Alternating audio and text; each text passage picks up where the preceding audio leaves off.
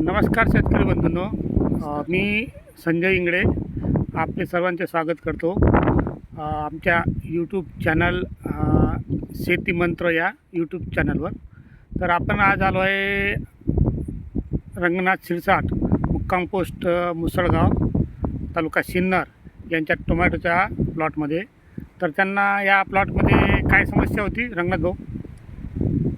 समस्या अशी होती की व्हायरसचं प्रमाण कमीत कमी 30% आलं. व्हायरस आला होता? हो अच्छा, मग व्हायरससाठी तुम्ही अगोदर औषधं मारले? हो मारलं. हां, तर मग आता हा तुम्हाला प्लॉट आता मला चांगला दिसतो. हो या प्लॉटसाठी तुम्ही काय स्प्रे केला? स्प्रे म्हणजे आनंद ॲग्रोचं व्हायरोबेन. हां, व्हायरोबॅन मारलं का? हो व्हायरोबेन. आणखीन त्याच्यामध्ये परत सुमीप्रिंट.